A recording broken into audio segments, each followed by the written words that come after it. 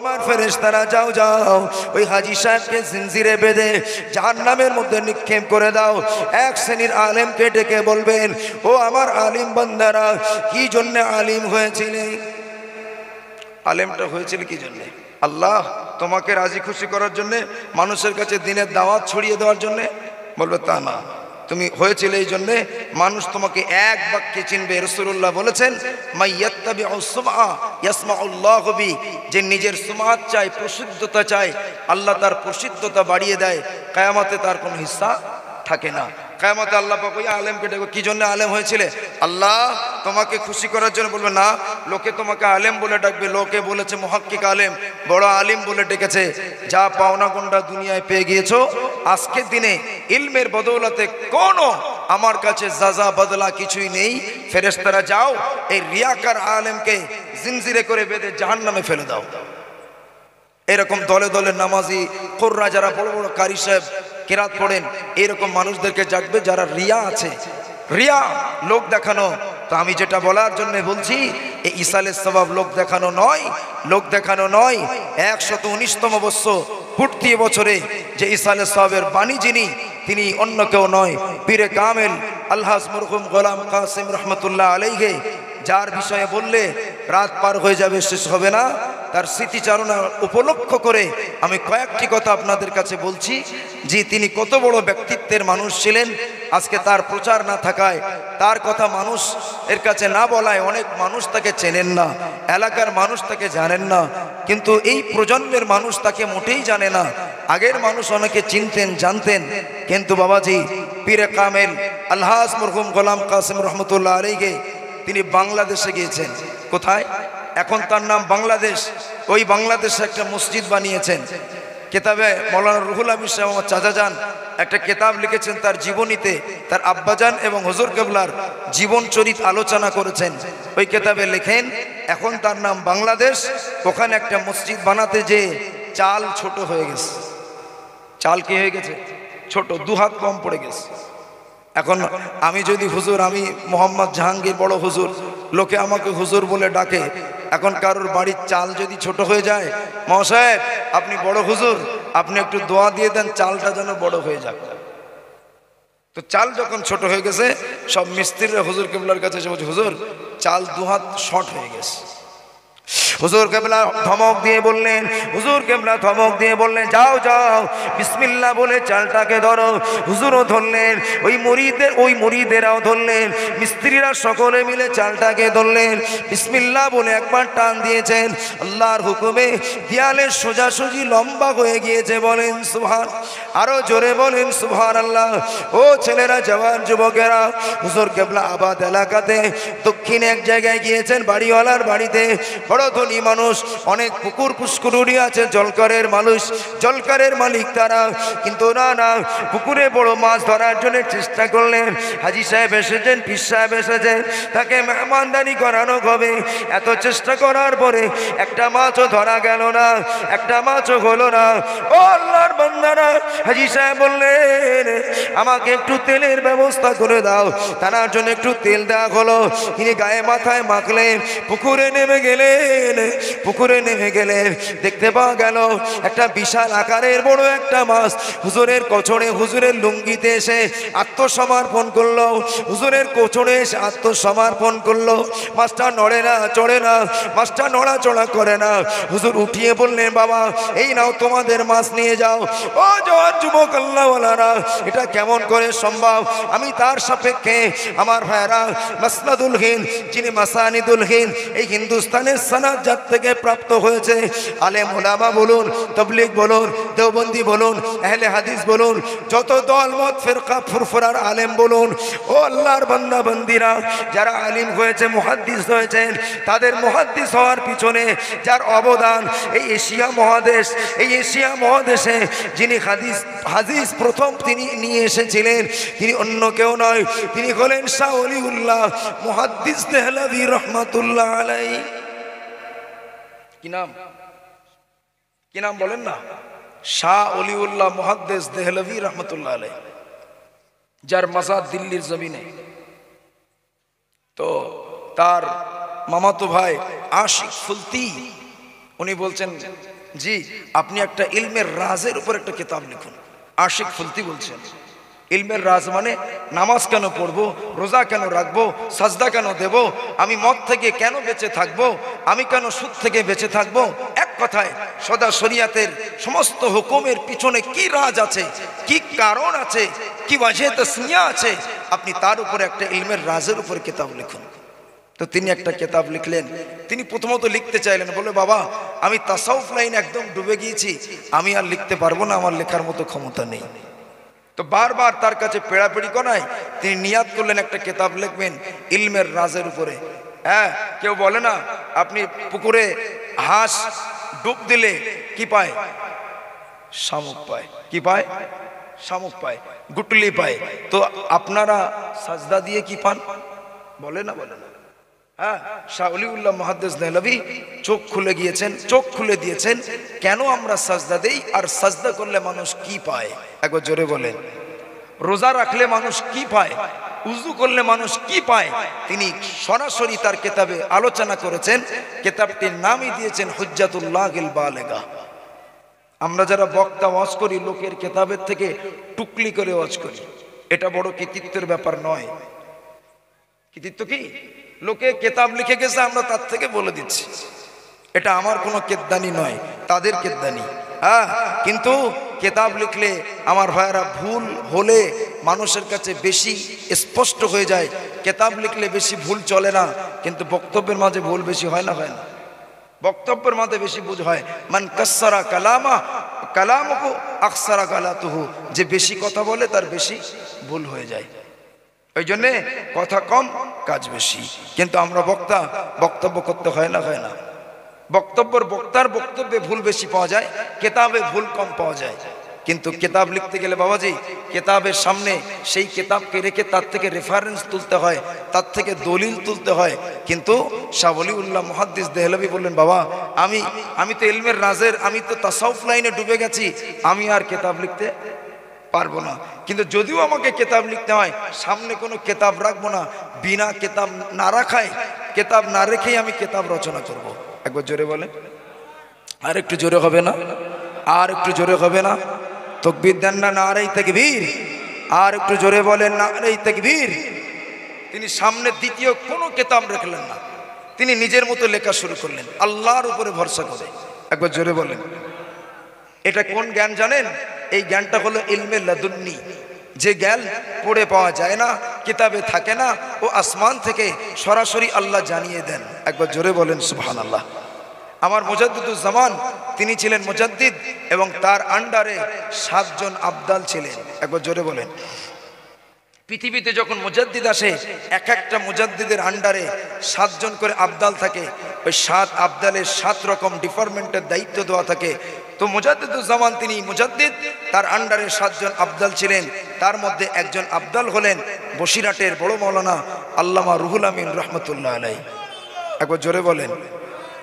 তো তার দায়িত্ব কি ছিল জানেন?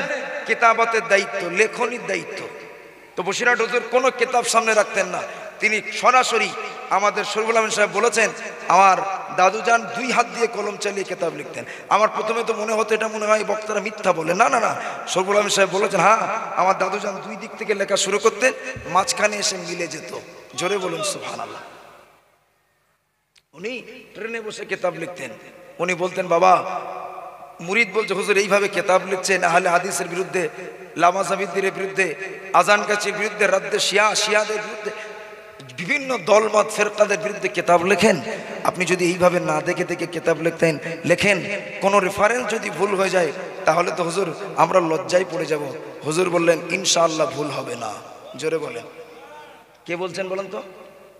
আল্লামা রুহুল আমিন সাহেব বলছে ইনশাআল্লাহ ভুল হবে না। তো মুরিদের ঠিক বিশ্বাস হলো না। ট্রেনে বসে বসে কিতাব লিখছেন, অমুক কিতাবে এত পৃষ্ঠায় এই হাদিসটা আছে, এই কথাটা লেখা আছে। তিনি বাড়ি এসে সেই কিতাব খুলে খুলে দেখছেন, হুবহুব মিলে গিয়েছে। হুজুর কেবলা যা লিখছেন হুবহুব তাই কিতাবে আছে। জোরে বলেন। হুজুর বলেছিলেন, বাবা ও বাবা, আমি রুহুল আমিনকে আল্লাহ পাক দ্বিতীয় 3 নম্বর চোখ দিয়েছেন, ওটা হলো অন্তরের চোখ। আমি রুহুল আমিনকে পড়া লাগে না, আমি রুহুল আমিনকে তেলাওয়াত করা লাগে না, পড়া লাগে না। ও বাবা মুরিদ, আমি রুহুল আমিনের জন্য আল্লাহর পক্ষ থেকে আল্লাহর ফেরেশতারা কিতাব খুলে খুলে দেখিয়ে দেয়। জোরে বলেন, আর একটু জোরে বলুন সুবহানাল্লাহ। শাহ ওলিউল্লাহ মুহাদ্দিস দেহলভী রহমাতুল্লাহ আলাইহি তিনি কিতাব রচনা করা শুরু করলেন। কোনো কিতাব রাখবো না, আমি আল্লাহর উপরে ভরসা করলাম, আল্লাহর পক্ষ থেকে আমি কিতাব লিখলাম। ওই কিতাবটির নাম হলো হুজ্জাতুল্লাহিল বালিগা। ছোট ছোট কিতাব, ছোট ছোট ক্লাসে পড়া হয় না, পড়ানো হয় না, উচ্চাঙ্গের ক্লাসে পড়ানো হয়। অত্যন্ত মারপেচের কিতাব, অত্যন্ত কঠিন এবং মাধুর্য সম্পন্ন কিতাব। ও আল্লাহর বান্দা বান্দিরা, বসিরহাটের আমিনিয়া মাদ্রাসায় দারুল ইফতাতে পড়াকালে ওই কিতাবটা পড়েছিলাম। ওই কিতাবের একটি অধ্যায় তিনি কায়েম করেছেন, বাবু জিকরি মালাইল আলা, বাবু জিকরি মালাইল আলা। ওই বাবু জিকরি মালাইল আলাতে একটা হাদিস পাক নিয়ে এসেছেন। আসলে মালাউল আলাটা কি একটু বোঝায়? আসলে মালাউল আলাটা কি? হ্যাঁ জি, প্রধানমন্ত্রী যে সমস্ত কোর কমিটি বড় বড় মন্ত্রীদেরকে নিয়ে আলোচনা করে, তার মাঝখানে সাধারণ মন্ত্রী থাকে। কথা বলেন না কেন? মুখ্যমন্ত্রী যখন কোনো বিষয়ে বিল পাস করেন, গোপন কোনো মিটিং করেন, সবাইকে নিয়ে করে, কিছু খাস মন্ত্রীদেরকে নিয়ে আলোচনা করেন, ঠিক কিনা আমার ভাইরা? আল্লাহর দরবারে মালাউল আলা, উচ্চ পরিষদ, সেই জায়গাতে সবার স্থান নেই। আল্লাহর কিছু মখসুস খাস নির্দিষ্ট ফেরেশতাদের সঙ্গে মহান আল্লাহ পাকের আলোচনা হয়। পৃথিবীতে কি দেওয়া যায়, মানুষকে কি করা যায়, কি দেয়া যায়, তাদের সঙ্গে আলোচনা হয়। সেই আলোচনা করার পরে সেটাকে অন্যান্য সাধারণ ফেরেশতাদের কাছে পাবলিশ করা হয়। এটা পৃথিবীতে বাস্তবায়ন করা হবে। একবার জোরে বলেন। হ্যাঁ, এই সমস্ত মন্ত্রী ওজারারা ইসলামের কাছে, এই সমস্ত রাজনীতিবিদরা আমাদের কাছে শিক্ষা নিয়েছে বাবা, অন্য কোনো কারণে নয়। আমার আল্লাহ পাক উচ্চ পরিষদের ফেরেশতাদের সঙ্গে আলোচনা করেন। একবার জোরে বলেন। ভাইয়ার আমার, বাবাজিরা, ও আল্লাহর বান্দা বান্দিরা, ও আমার মুরব্বিয়ানেরা, মাছ এসে তার কোছড়ে আত্মসমর্পণ করার কারণ কি? ও আমার বাবাজিরা, হাদিসে পাকের মধ্যে ওই বাবু জিকরি মালাইল আলার ভিতরে ইমামে হযরতে শাহ ওলিউল্লাহ মুহাদ্দিস দেহলভী রহমাতুল্লাহ আলাইহি একটা হাদিসে পাক উল্লেখ করেছেন। তিনি বলেছেন, ইজা আহাব্বা আবদা, যখন কোনো বান্দা আল্লাহর প্রেমিক হয়ে যায়, বাড়িতে বসে বসে আল্লাহ আল্লাহ আল্লাহ আল্লাহ জিকির করছে, আল্লাহ আল্লাহ জিকির করছে। ও জওয়ান যুবক মুরব্বিয়ানেরা, ও আল্লাহর বান্দা বান্দিরা, আপনি শুধু ইলমে শরিয়াত শিখেছেন, ইলমে শরিয়াত শিখে নামাজের মধ্যে মজা পাবেন না। ও নামাজ পড়বে এখানে আর বাড়িতে নজর থাকবে, ও নামাজ পড়বে এখানে ব্যবসার ভাটার ইট গোনার চেষ্টা করবে, ও নামাজ পড়বে এখানে দোকানের মালের হিসাব করবে, ও নামাজ পড়বে এখানে লেবার মজদুরি করার কাজের হিসাব করবে। ও আল্লাহর বান্দা বান্দিরা, ইলমে শরিয়াতের সাথে সাথে পীর গোলাম কাসিম রহমাতুল্লাহ আলাইহি ইলমে তরিকাতের শিক্ষা নেওয়ার জন্য সুদূর ফুরফুরা শরীফে চলে গেলেন। ফুরফুরা শরীফে পৌঁছে যে আলা হযরত মুজাদ্দিদুজ জামানে হাতে হাত দিয়ে তিনি বায়াত গ্রহণ করে মানুষের মতো মানুষ গড়েছিলেন। ও আল্লাহর বান্দা বান্দিরা, ও জওয়ান যুবকেরা, আপনি যখন ইলমে শরিয়াত এবং তরিকাত এক জায়গায় জমা করে আমল করবেন, জিন্দেগি তৈরি করবেন, এমন সময়ে আল্লাহ পাকের বান্দা আস্তে আস্তে আল্লাহর প্রেমিক হয়ে যাবে, আল্লাহর প্রিয় বান্দা হয়ে যাবে, আল্লাহর মাহবুব হয়ে যাবে। ওই বান্দাকে আল্লাহ ভালোবাসবেন। ইজা আহাব্বা আবদা, আল্লাহ যখন বান্দাকে ভালোবাসেন, দা জিবরাইলা, ও আমার ফেরেশতা জিবরাইল কোথায় আছো? ইন্নী উহিব্বু ফুলানা, আমি ফুরফুরার আবু বকরকে ভালোবাসি, আমি জিনকার গোলাম কাসিমকে ভালোবাসি। ও আমার ফেরেশতা জিবরাইল, তুমিও তাকে ভালোবাসো, তুমিও তাকে মোহাব্বত করো। ও জিনকার জওয়ান যুবক, ও আমার গ্রামে আসা মেহমানগণেরা, ও আল্লাহর বান্দা বান্দিরা, আল্লাহ পাক রব্বুল আলামিন ওই সময়ে ফেরেশতা দিগকে ডেকে বলে, ও আমার ফেরেশতা জিবরাইল, আমি নিজে আমার বান্দাকে ভালোবাসি, তুমি ভালোবাসো।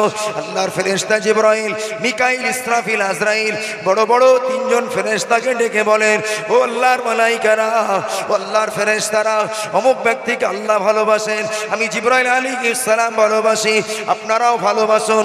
তারাও ভালোবাসা শুরু করে দেয়। শুধু তাই নয়, ওই চারজন ফেরেশতার আন্ডারে তামাম মালাইকাদেরকে ডাকা হয়। ও আসমানের তামাম মালাইকারা, আল্লাহ পাক অমুক ব্যক্তিকে ভালোবাসেন, জিবরাইল, মিকাইল, ইসরাফিল, আজরাইল, আমরা চারজন ফেরেশতাও তাকে ভালোবাসি। ও আসমানের ফেরেশতারা, তোমরা সকলে মিলে তাকে ভালোবাসো।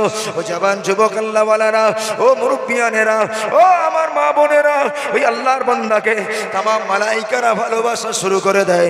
তামাম মালাইকারা ভালোবাসা শুরু করে দেয়। শুধু ভালোবাসা শুরু করে দেয় না, ওই ফেরেশতাগুলো তামাম পৃথিবীর জমিনে ছড়িয়ে যায়। ফায়ুদাউলাহুল কবুলু ফিল আরদি, হাদিসে পাকের মধ্যে এসেছে, বিশ্ব নবী বলেছেন, শাওলিউল্লাহ মুহাদ্দিস দেহলভী এই হাদিসে পাক হুজ্জাতুল্লাহিল বালেগার বাবু যিকরি মালাইল আলা এই অধ্যায়ের মধ্যে তিনি উল্লেখ করেছেন। ও আল্লাহর বান্দা বান্দিরা, ও জওয়ান যুবকেরা, আল্লাহর ফেরেশতারা তামাম পৃথিবীর জমিনে তার ভালোবাসার চাদর বিছিয়ে দেয়। ফায়ুদাউলাহুল কবুলু ফিল আরদি, জমিনে তার ভালোবাসার চাদর বিছিয়ে দেওয়া হয়। স্থলভাগ, জলভাগ, জঙ্গলে সমস্ত স্থানে তার ভালোবাসার চাদর বিছিয়ে দেওয়া হয়। আমার ভাইয়েরা, জওয়ান যুবকেরা, ওই ফেরেশতাগুলো মানুষের কানে কানে এসে বলে, ও আল্লাহর বান্দা বান্দিরা, পীর গোলাম কাসেমকে ভালোবেসে নাও।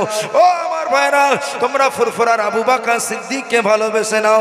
তাই তো আমি গিয়েছিলাম, প্রতি বছরে যাই, বছরে গেলাম, হাজার হাজার লক্ষ লক্ষ মানুষ শোক সাগরে ভাসিয়ে দিয়ে, হাজার হাজার মানুষকে শোক সাগরে ভাসিয়ে দিয়ে মুজাদ্দিদুজ্জামান বিদায় নিলেন।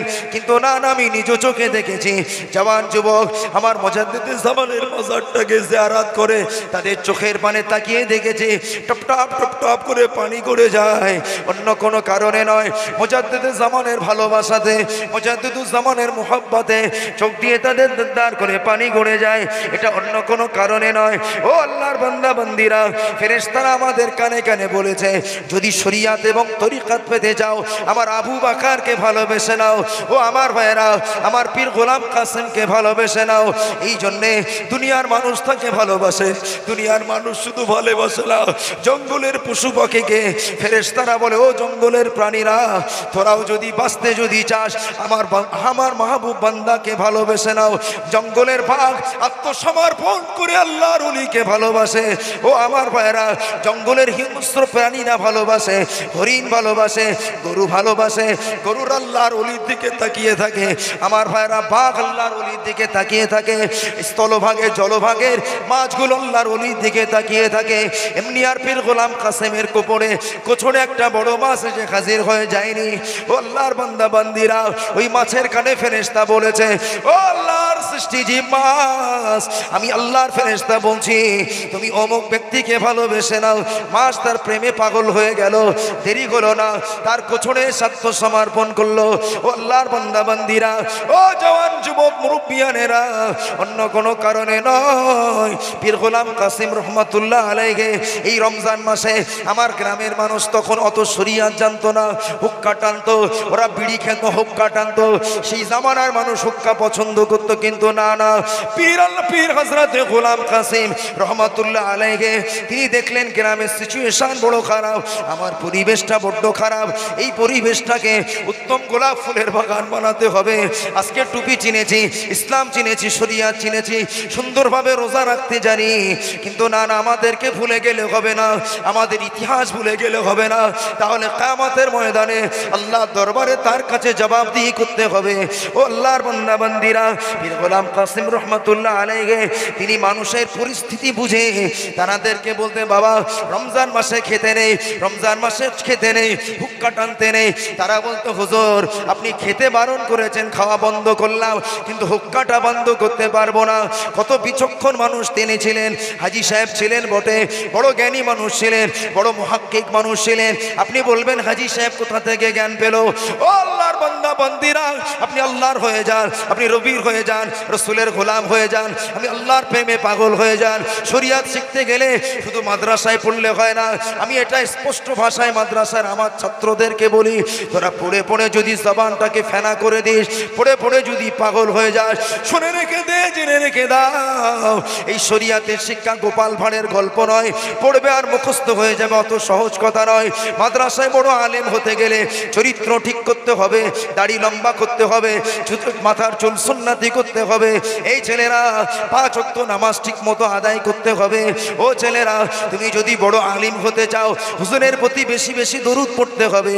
আমার একজন ওস্তাদ বলতেন, এই ছেলেরা, তোরা যদি বড় আলিম হতে চাস, সর্বদা আল্লাহর হাবিবের প্রতি দরুদ পড়বি।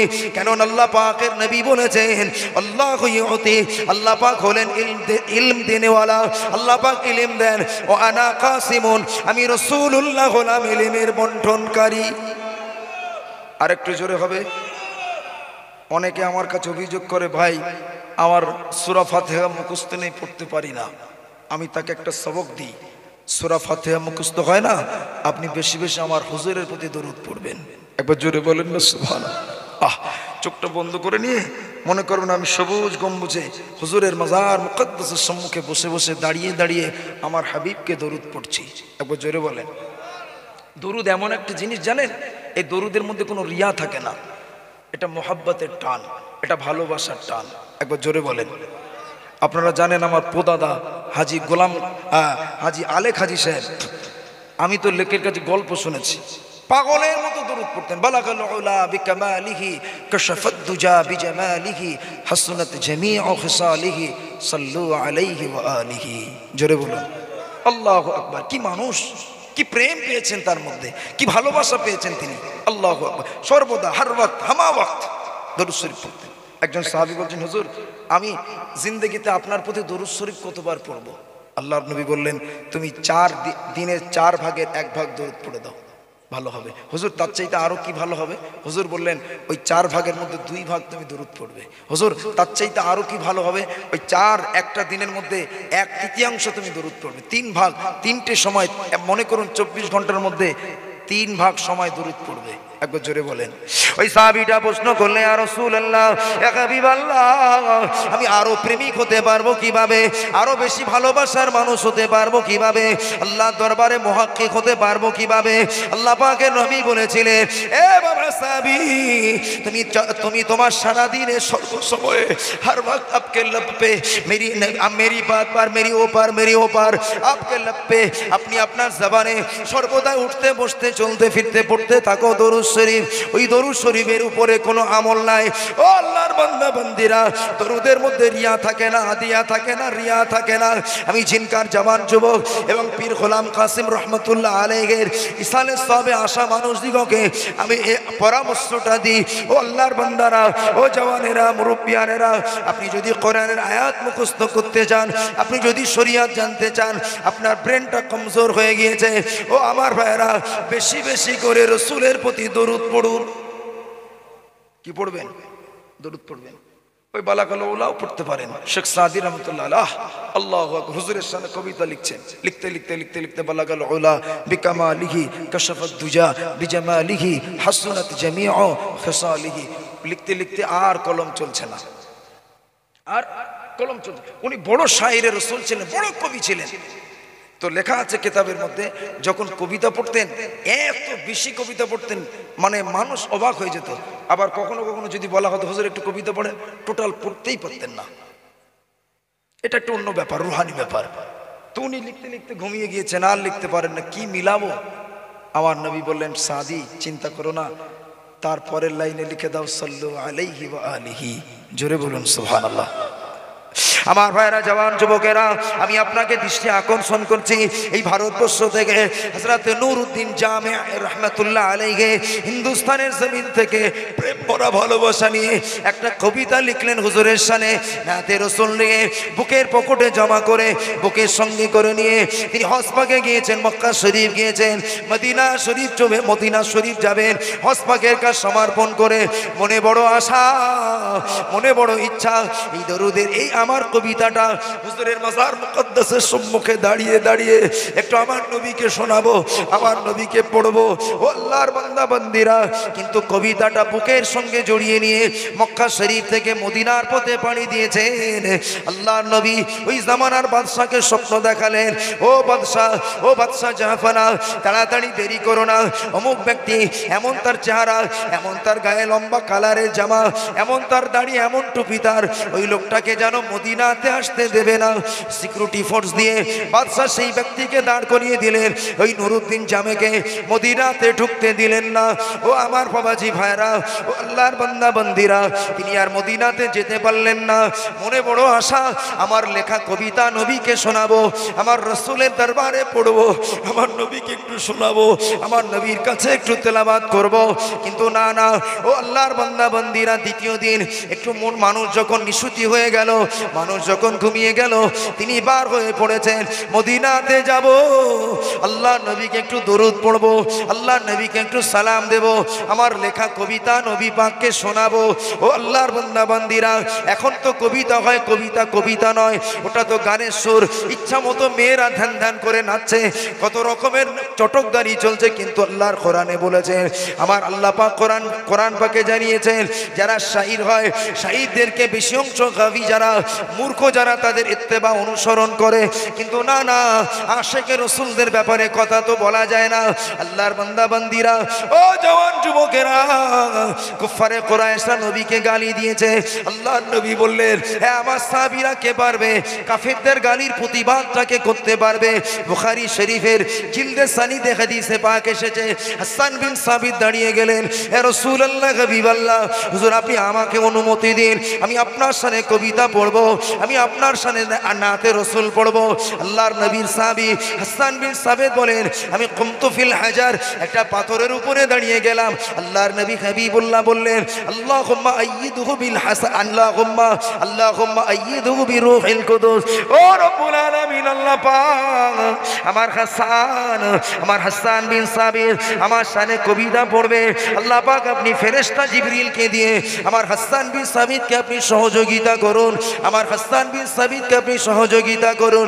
কিন্তু নবী পাক একটা মাঝখানে কথা জিজ্ঞাসা করলেন, এ হাসান, তুমি তো কুফারে কুরাইশদের বিরুদ্ধে কলম চালাবে, তাদের বিরুদ্ধে কবিতা পড়বে, কবিতা আবৃত্তি করবে, তারাও কুরাইশি, আমি রাসূলুল্লাহ কুরাইশি, তাদেরকে যখন এই গালির প্রতিবাদ দেবে, তখন তে গালটা আমার উপরে পড়ে যাবে। আল্লাহর নবী বলেছিলেন, হাদিস পাকটা বুখারী শরীফে স্পষ্ট জলজল করছে। ও আল্লাহর বান্দা বান্দিরা, হযরত হাসান বিন সাবিত বলেছে, ইয়া রাসূলুল্লাহ, এ হাবিবাল্লাহ, উঠে আমার, ইয়া রাসূলুল্লাহ, হাবিবাল্লাহ, খামিরের ভিতরে যদি একটা চুল থাকে, ওই চুলটাকে টেনে বার করলে ওই চুলের গায়ে যেমন খামির লেগে যাওয়া না লাগা অসম্ভব। আমি হাসান বলছি, কুফারে কুরাইশদের ভিতর থেকে আমার কবিতার ভিতর দিয়ে, আমার কবিতার তেলাওয়াতের ভিতর দিয়ে আপনাকে এমন সুন্দর করে বার করে নিয়ে আসবো, আমার গালির আজ, আমার প্রতিবাদের আজ আপনার উপরে ফেলবো না, পড়বে না। জোরে বলেন, আর একটু জোরে হবে না? এনারা হলেন আশিকে রাসূল, নুরুদ্দিন জামে রহমতুল্লাহ আশিকে রাসূল। মদিনা শরীফে গিয়ে যাবেন বাবা, দ্বিতীয় দিনও নবীও স্বপ্ন থেকে আটকে দিলেন। তৃতীয় দিন গভীর রাত, নিশুতি রাত, সবাই যখন ঘুমিয়ে, বুক ভরা বাসা নিয়ে, হৃদয় ভরা ভালোবাসা নিয়ে, ওই কবিতাটা বুকের সঙ্গে জড়িয়ে নিয়ে মদিনাতে গেলেন। কোথায়? মদিনা শরীফ। যাচ্ছেন, প্রায় মদিনার কাছাকাছি পৌঁছে গেছেন। বাদশাকে স্বপ্ন দেখা, এই বাদশা না জাহাপানা, ঘুমাও কেন? তাড়াতাড়ি অমুক লোক ব্যক্তিকে তাড়াতাড়ি আটকাও, যেন মদিনাতে না আসে।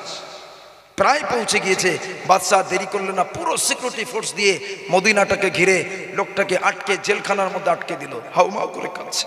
আল্লাহ, মদিনা শরীফে এসেছি, সুদূর হিন্দুস্তানের জমিন থেকে, একটু নবীর মাজার মুকদ্দাসে যেতে পারবো না? বড় আশা তার, নবীকে এই গজলটা শোনাবেন, তার কবিতাটা একটু শোনাবেন, নাতে রাসূলটা পড়বো। আমাকে কি পড়া হবে না? আমি কি অপরাধ করলাম যার কারণে আমাকে জেলখানায় আসতে হলো?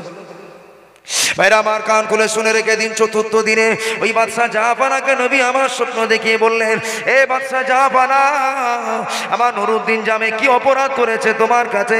তাকে জেলখানাতে কেন দিয়েছ? আমার নুরুদ্দিনকে তাড়াতাড়ি জেলখানা থেকে বার করে দাও। ও আল্লাহর বান্দা বান্দিরা, নুরুদ্দিন জামেকে বার করার জন্যে বাদশা জাহাপানা কাউকে পাঠালেন না। রাজ দরবারকে ছেড়ে দিয়ে ছুটে ছুটে ছুটে ছুটে জেলখানার দরওয়াজার কাছে দাঁড়িয়ে জেল দরওয়ানরা তারা ভীত সন্ত্রস্ত হয়ে গেল। বাদশা জাহাপানা জেলের দরওয়াজার সম্মুখে হাজির। কি ব্যাপার বাদশা জাহাপানা, আপনি এখানে কেন? তিনি বললেন, বাবা, আজকে দিনে একজন ব্যক্তিকে জেলে দেওয়া হয়েছে, না বলো তা নুরুদ্দিন জামে, ওই লোকটাকে ডেকে দাও, ওই লোক খবরটাকে আমার কাছে পৌঁছে দাও। আল্লাহ নবী আমাকে স্বপ্ন যোগে বলেছে, কেন আমার নুরুদ্দিনকে জেলখানাতে দিয়েছো, কেন দিয়েছো? আমার নুরুদ্দিন হলো আশিক রাসূল, আমার নুরুদ্দিন হলো আমার মোহব্বতের পাগল, আমার নামে দরুদ পড়ে আমার নামে এত মোহব্বতের সঙ্গে কবিতা লিখেছে। ওই কবিতাটা যদি আমি রাসূলুল্লাহ আমার মাজার মুকাদ্দাসের কাছে দাঁড়িয়ে দাঁড়িয়ে একবার যদি পড়ে ফেলতো, আমি মাজার মুকাদ্দাসে থাকতে পারতাম না। আমি রাসূলুল্লাহ সরাসরি উঠে যে আমার নুরুদ্দিনের সঙ্গে মুসাফা করে ফেলতাম, কিন্তু না না, আমার নুরুদ্দিনের সঙ্গে মুসাফা করাটা আমি পছন্দ করি না। আল্লাহর নবী যদি সরাসরি এসে কারোর সঙ্গে মুসাফা করে, ও আল্লাহর বান্দা বান্দিরা, ওই দিনে কিয়ামত হবে, ওই দিনে কিয়ামত হয়ে যাবে। এটা আমি রাসূল অপছন্দ করি। এই জন্য আমার নুরুদ্দিন জামে আশিক রাসূল, আমার মোহব্বতের পাগল। না না, আমার নুরুদ্দিনকে বার করে দাও। বাদশা জাহাপানা বার করে দিলেন। ও আল্লাহর বান্দা বান্দিরা, মোট কথা হলো আল্লাহর বান্দারা যারা আশিক রাসূল হয়, যারা মোহব্বতের পাগল হয়, ওই পাগল ভালোবাসার মানুষদেরকে বলতে লাগে না, বলা লাগে না। এমনি এমনি দরুদ শরীফ পড়েন, এমনি এমনি মোহব্বতে কবিতা রচনা করেন, কবিতা পড়েন। ও আল্লাহর বান্দা বান্দিরা, আমি আপনাদের কাছে দৃষ্টি আকর্ষণ করে বলি, আপনি যদি ইবাদতের মজা পেতে চান, আল্লাহর হাবিবের প্রতি দরুদ পড়েন। তিরমিজি শরীফের মধ্যে জিলদে আউয়াল একটা হাদিসে পাক পড়েছিলাম, হযরত ওমর রাদিয়াল্লাহু তাআলা আনহু হাদিস পাকটা বর্ণনা করেন। আল্লাহ নবী বললেন, ওমর, তোমার ইবাদত ততক্ষণ কবুল হবে না হাত্তা তুসাল্লি আলা নবিকা, তুমি যতক্ষণ পর্যন্ত নবীর উপরে দরুদ না পড়বে, তোমার ইবাদত বন্দেগী আল্লাহ দরবারে কবুল হবে না। এ ওমর, শুনে রেখে দাও, তোমার ইবাদত বন্দেগী আসমান জমিনের মাঝখানে ঝুলন্ত অবস্থাতে থাকে। আমি রাসূল জানিয়ে দিলাম, যখনই তুমি নবীর প্রতি দরুদ শরীফ পাঠ করে দিলে, ওই দরুদের নাজারানের বাবার কাছে তোমার ইবাদতটা দ্রুত কবুল হয়ে যায়। আর একটু জোরে হবে না? এই হিন্দুস্তানের জমিন থেকে জানেন, বহু মানুষ নবী পাকের জিয়ারত পেয়েছেন। বহু মানুষ, হাজার হাজার নয়, লক্ষ লক্ষ মানুষ আমার হুজুরকে দেখেছেন। একবার জোরে বলেন। জিন্দগির অমন বেশি কিছু আমল নয়, হালাল জিন্দগি করেছেন। আর নবী পাকের প্রতি কেউ 11 বার, কেউ 13 বার, কেউ বিজোড় ভাবে 9 বার প্রতিদিন দরুদ পড়েছেন। একবার জোরে বলেন। আমি আপনাদেরকে বলবো, যারা বয়স হয়ে গিয়েছে, আপনারা প্রতিনিয়ত হুজুরের প্রতি দরুদ পড়েন, হুজুরের প্রতি দরুদ পড়েন। আর আপনাদেরকে বলবো, শুধু শরিয়াত শিখে নামাজে মজা নেই বাবা, শরিয়াতের সাথে সাথে তরিকাত শিখতে হবে। কি শিখতে হবে? তরিকাত। শরিয়াত শেখা যেমন ওয়াজিব ফরজ, তরিকাত শেখাটাও ওয়াজিব ফরজ। কেন? ইমাম মালিক বলেছেন যে শরিয়াত শিখলো, তরিকাত শিখলো না, সে ফাসিক। সে কি? ফাসিক। আর যে শরিয়াতও শিখলো না, তরিকাতও শিখলো না, ফাকাত তাজান্দাকা, ওই লোকটা জিন্দিক। আর জিন্দিকের ফতোয়া হলো, যেখানে পাবে সেখানে হত্যা করে দাও। আমার ভাইরা, কিন্তু যে লোকটা শরিয়াতও শিখলো, তরিকাতও শিখলো, ফাকাত তাহাক্কাকা, ওই লোকটা মুহাক্কিক আলেম হয়ে গেল। জোরে বলেন। আল্লাহর বান্দারা, জওয়ান যুবকেরা, ও মুরব্বিয়ানেরা, জিনকার জওয়ান যুবকেরা, বিশ্বপ কিবলার আশা ইসালের সাবের মানুষেরা, আমি আপনাকে দৃষ্টি আকর্ষণ করছি। আমাদের নামাজ হয় জানেন মুরগির খাওয়ারের মতো। যার কাছে মিশকাত শরীফ পড়েছি, তিনি তিরমিজি আউয়াল পড়িয়েছেন, তিনি আমাদের বলেছিলেন, জাহাঙ্গীর, জানো আমাদের নামাজটা কেমন হয়ে গিয়েছে? এখন বর্তমানে নামাজ হয়েছে মুরগির খাওয়ারের মতো। মুরগিকে খাওয়ার দিলে দেখবেন এখানে একটা ঠোকর, ওখানে একটা ঠোকর, মারে না মারে না? হ্যাঁ, খাওয়ার দিলে এরকম করে না, করে না? তো এখন নামাজে আসলে এর গায়ে ঝালা উঠে যায়। সাহাবি হুজুরা মসজিদে গেলে বাড়িতে যদি জিজ্ঞাসা করা হতো, হুজুর বাড়ি আসবেন কখন, বলতেন মসজিদে গিয়েছেন, কখন বাড়ি আসবেন জানি না। আর বাজারে গেলে বলতেন, বাজারে গিয়েছে এক্ষুনি বাড়ি আসবে। পুরো উল্টে গেছে না, যায়নি? হ্যাঁ, এখন যদি ট্যাটরার বাজার বা পাইকপাড়ার বাজারে কেউ যায়, বাড়িতে যদি এসে খোঁজ নেয় অমুক চাষা বাড়ি আছে, বলে বাজারে গেছে, চায়ের দোকানে বসে কত রকমের গল্প আর কায়দা মারা গল্প করবে, জানি না বাড়ি কখন আসবে বলতে পারি না। আর আসরের নামাজে গিয়েছি, বলছে চাষার খবর কে কোথায়, বলছে এই আসরের নামাজ এই এলো বলে, বসো না। ও শুধু হুড়োচ্ছে মসজিদে এসে, নামাজ, ও নামাজ, ওটা নামাজ নয়, ওটা আপনি খিট্টি করলেন, বিদ্রুপ করলেন নামাজকে নিয়ে, অনীহা করলেন, ওই নামাজে তৃপ্তি নেই, ওই নামাজে ভালোবাসা নেই। একজন সাহাবী এসেছেন নবী পাকের দরবারে। এখন তারাবির নামাজ হচ্ছে গোটা বাংলাব্যাপী, জানেন প্রতিযোগিতা হয় কার কত হেঁটোর জোর আছে, কত ঠিক কিনা ভুল। আর কিছু কিছু হুজুকে মাতালে লোক আছে, ইমাম সাহেব বলে হুজুর তোমার হেঁটোর তো মোটেই বলনি, দেখতে পাচ্ছি তুমি তো একেবারে ঝিমিয়ে গেছো। ইমাম সাহেব ওর পামে পড়ে ফুলে যে একদম গুমগাম চালাচ্ছে। আসলে নামাজ কি তারাবিটাই জানে না কি। খামসাতু তারবিহাতিন, 5 তারবিহাতে হয় একটা তারাবি, 20 রাকাতের নামাজ। কত তারবিহাত? 5 তারবিহাত। কটা মোনাজাত হয় আমাদের নামাজে? 5টা মোনাজাত হয়। কেন জানেন?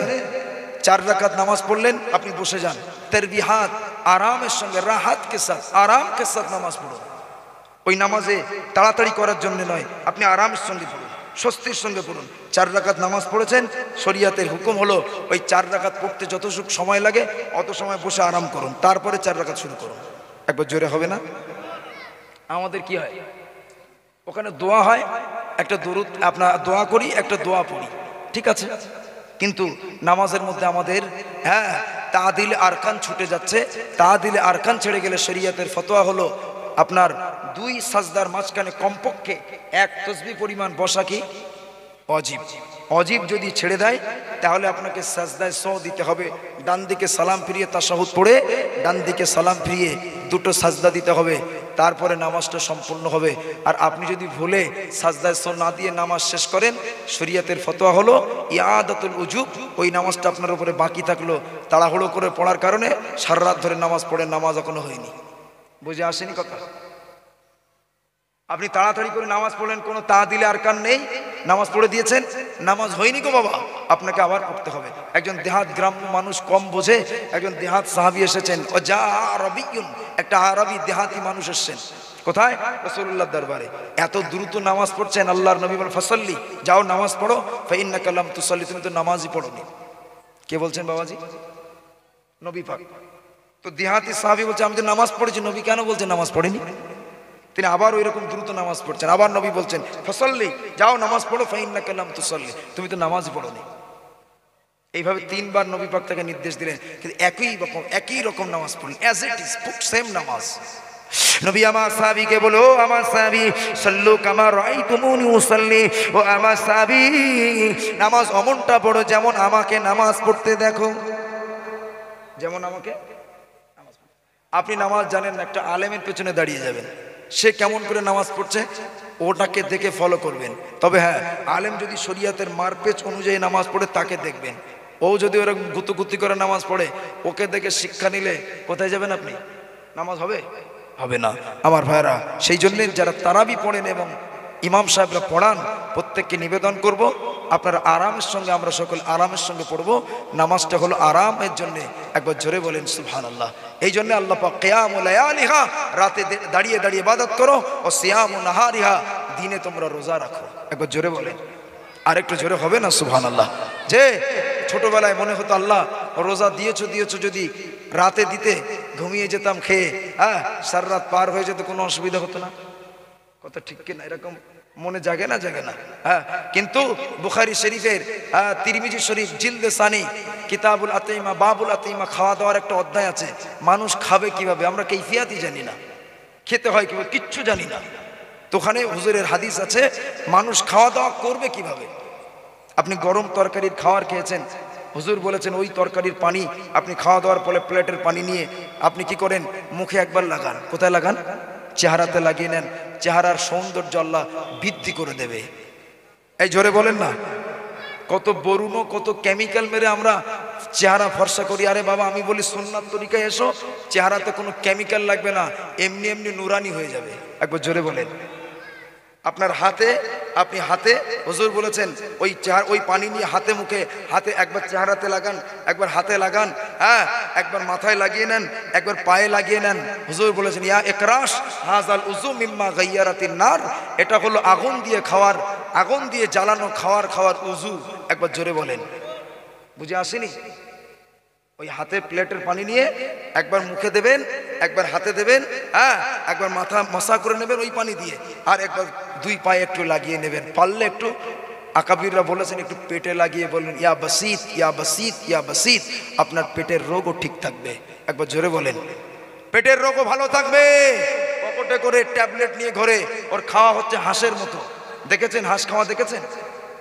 হ্যাঁ, হাঁসে খেলে ওতে মানুষ হাত স্পর্শ করতে লজ্জা লাগে না? লাগে না? ঘৃণা লাগে না? লাগে না? একটা ইমানদার ভাত খায়, তার খাওয়ার প্লেটের দিকে দেখলে ঘৃণা লাগে। একদম হাঁসের মতো খেয়েছে, ছেড়িয়েছে যেন একদম। ওই রকম খাবেন, পেটের গ্যাস জীবনে যাবে না। পেটের ট্যাবলেট খেয়ে খেয়ে জীবনকালী হয়ে যাবে।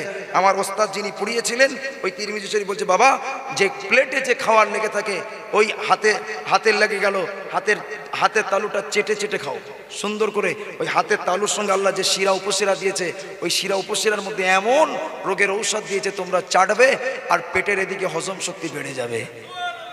আরো জোরে বলতে পারেন না? আরো জোরে হবে না সুবহানাল্লাহ? ছেলেরা, জওয়ান, যুবকেরা, হ্যাঁ, এটা হজম শক্তি বেড়ে যাবে। আর হাঁসের মতো খেলে পকেটের ট্যাবলেট নিয়ে খেয়ে জীবনকালী হয়ে যাবে।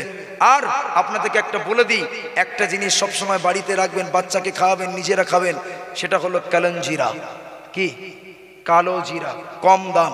হুজুর বলেছেন হাব্বাতুস সাউদা, হাযিহি হাব্বাতুস সাউদা হে কালঞ্জিরা ইল্লা সাম, মौत के सिवा तमाम बीमारियों का दवा इसमें है। একবার জোরে বলুন সুবহানাল্লাহ। এ হলো কালো জিরা, এর মধ্যে মৃত্যু ছাড়া সব রোগের ঔষধ আল্লাহ দান করেছেন। একবার জোরে বলেন সুবহানাল্লাহ। হ্যাঁ, আমরা ট্যাবলেট খাই, ঔষধ খাই, জানেন? ভালো করে চিকিৎসা বিজ্ঞান যারা, হ্যাঁ, গবেষণা করে যারা ঔষধ বানায়, ওদের কাছে খোঁজ নিয়ে দেখবেন মাল বানায় কি দিয়ে? ওই ইসলামিক নিয়ম কানুন অনুযায়ী ঔষধ তৈরি হয়। একবার জোরে বলুন। আপনি কালো জিরা সকালবেলা খালি পেটে চিবিয়ে চিবিয়ে খাবেন, হাতের তালুতে একটু মধু নিয়ে চেটে চেটে খাবেন। বাবা আমি বলে দিচ্ছি, আর সুন্নাত অনুযায়ী চলবেন, জীবনে কোনো জিন্দেগিতে রোগ থাকবে না। বলুন ইনশাআল্লাহ। কেন? মদিনাতুত তৈয়্যিবা খলিফাতুল মুসলিমিন ওমরের জামানায় বিদেশ থেকে বড় ডক্টরের ক্যাম্প বসেছে, ডাক্তাররা মদিনার মানুষদেরকে চিকিৎসা করবে। কাদের? মদিনার মানুষদেরকে। কিন্তু বসে আছে 1 মাস লম্বা সময় নিয়ে, কিন্তু কেউ চিকিৎসা হতে আসে না। ভাইরা মা, তারা তলপাতুলবি গুটিয়ে নিয়ে মদিনার খলিফা ওমরের কাছে পৌঁছে গেলেন। ও খলিফাতুল মুসলিমিন ওমর, ও মদিনার খলিফা ওমর, একবার বলুন বলুন, ও মদিনার খলিফা ওমর, 1 মাস লম্বা সময় নিয়ে ডক্টরের ক্যাম্প বসিয়ে বসে আছে, মদিনার মানুষদিগকে সেবা দেব, চিকিৎসা করব, কিন্তু না না, মদিনার একটা মানুষ এলো না, কাউকে চিকিৎসা দিতে পারলাম না। কি কারণ? কারণটা একটু বলুন না। মদিনার খলিফা ওমর বলেছিলেন, ও ডক্টর বাবুরা, ও বিদেশের ডক্টরেরা, শুনে রাখুন, জেনে রাখুন, মদিনার মানুষেরা নবীর সুন্নাত অনুযায়ী জীবন যাপন করেন, এদের শরীরে কোনো রোগ নাই। আর একটু জোরে হবে না? হ্যাঁ আমার ভাইরা, সুন্নাত জীবন আপনার আমার মধ্যে উপহার দিতে হবে, নিজেদের বাচ্চাকেও শেখাতে হবে। একটা মেসওয়াক তার হাতে উঠিয়ে দিন। কি? নিজে মেসওয়াক করুন।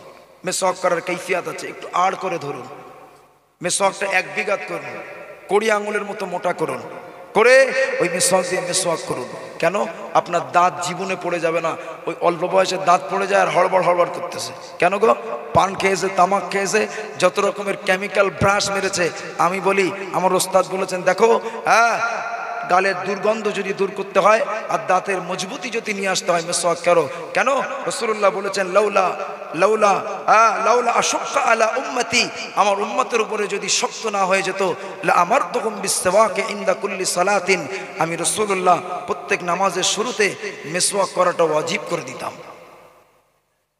আপনি মেসওয়াক করবেন, এটা পেটের হজমের জন্য বড় উপকারের। একবার জোরে বলেন। যে কথা বলছিলাম, রমজানের রোজা রাতে না দিয়ে দিনে কেন দিলেন? কথা ঠিক কিনা? কথায় কথা বেড়ে যায়। আল্লাহু আকবার কবীরা। তো তিরমিজি পড়তে পড়তে আমি অবাক হয়ে গেলাম। তিরমিজিতে একটা হাদিস পাক এসেছে, নবীজি বলে, দেখেন না, নবীজি বলেছেন, তাআশু, তোমরা নাস্তা করো, ওয়ালাউ বিকাফিন হাসাফিন, যদি তলায় পড়া কম দামি খেজুরও থাকে 1 লোকমা খেয়ে নাও। একবার জোরে বলে, 1 লোকমা খেয়ে নাও। কেন? ফাইন্না তারকাল আশা, রাতের খাওয়া ছেড়ে দিলে মাহমারাতুন, বুড়ো হয়ে যাবে। রাতের খাওয়া ছাড়লে কি হবে? কথা বলেন না কেন? বুড়ো হয়ে যাবে। কেননা আমার ভাইয়েরা, জওয়ান যুবকেরা, ও আল্লাহর বান্দা বান্দিরা, দিনের খাওয়া ছাড়লে বান্দা বুড়ো হয় না, আরো সতেজ হয়, শক্তিশালী হয়। ক্যান্সারের বড় ঔষধ হলো রমজানের রোজা। ক্যান্সারের বড় ঔষধ হলো শুকিয়ে যাওয়া। ও আল্লাহর বান্দা বান্দিরা, রমজানের মাসে অর্থ হলো পুড়িয়ে দেওয়া, সরখার করে দেওয়া। একটা লোক যখন রোজা রাখে তার জিন্দেগির অপরাধকে সরখার করে দেয়। ও আল্লাহর বান্দা বান্দিরা, আপনি 11 মাস পাকস্থলীকে জব্দ করেছেন, খাইয়েছেন, আপনি আর একটা মাস খাবেন না, খাওয়া দাওয়াকে বন্ধ রাখুন। একটা মাস খাওয়া দাওয়া বন্ধ রেখে রমজান শরীফের রোজা পালন করুন, বিভিন্ন রোগ থেকে বেঁচে যাবেন। ও আল্লাহর বান্দা বান্দিরা, আল্লাহ পাক এই জন্য রমজান শরীফের রোজা আল্লাহ পাক দিনে দান করেছেন। ও আমার বান্দা বান্দিরে, তোদের রমজানের রোজা রাতে দিই না, কেননা রাতে যদি উপোস থাকিস, তোরা না খেয়ে যদি রাতে থাকিস, তোমরা বুড়া হয়ে যাবে, তোমরা বুড়া হয়ে যাবে, বার্ধক্যজনিত জীবনে পৌঁছে যাবে, বার্ধক্যজনিত জীবনে পৌঁছে যাবে। না না না, আমি আল্লাহ পাক তোমাদের জন্য রমজানের রোজা দিনে দিলাম। ও আল্লাহর বান্দা বান্দিরা, অনেক মানুষ আমরা রোজা রাখি না, রোজাকে কাজা করি। তবে জেনে রাখবেন, আল্লাহর নবী বলেছেন, যদি কেউ রমজানের রোজাকে ছেড়ে দেয়, ইচ্ছাকৃত ছাড়ে, মিন গায়রি রুখসাতিন ওয়ালা মারাজির, বিনা রুখসাতে, বিনা অসুস্থতাতে, আল্লাহর নবী বলেন, লাম ইয়াকদি আনহু সাওমুদ দাহরি কুল্লু ওয়া ইনসামাহু। ও মাসাবিরা, কেউ যদি রমজান শরীফের একটি রোজা ইচ্ছাকৃত কাজা করে, আমি আল্লাহর নবী জানিয়ে দিলাম, ওই লোকটা যদি সারা জীবন ধরে রোজা রাখে, এক যুগ ধরে রোজা রাখে, লাম ইয়াকদি আনহু সাওমুদ দাহরি কুল্লুহু, গোটা যুগ ধরে রোজা রাখলেও লাম ইয়াকদি ফাজিলাতুস সাওম, ওই দিনের রোজার যে ফজিলাত, ওই হাদিসের টিকা হাসিয়াতে লেখা হয়েছে, ওই রোজার যে ফজিলাত ও জীবনে কুশ্চিনকালে পাবে না। আপনি মনে করছেন রমজান শরীফের 10 তারিখের রোজা কাজা করলেন, ও আল্লাহর বান্দারা, আপনি মনে করছেন ওই দিনের ফজিলাত দেওয়ার জন্য 12 বছর এক ধরে একাধারে রোজা রাখবেন। না না না না, 12 বছর রোজা রাখার পরেও আপনি ওই একটা দিনের রোজার কাজার, ওই রোজার কাজার ফজিলাত আপনি জীবনে পাবেন না। এটা হলো রমজানের রোজা। ও আল্লাহর বান্দা।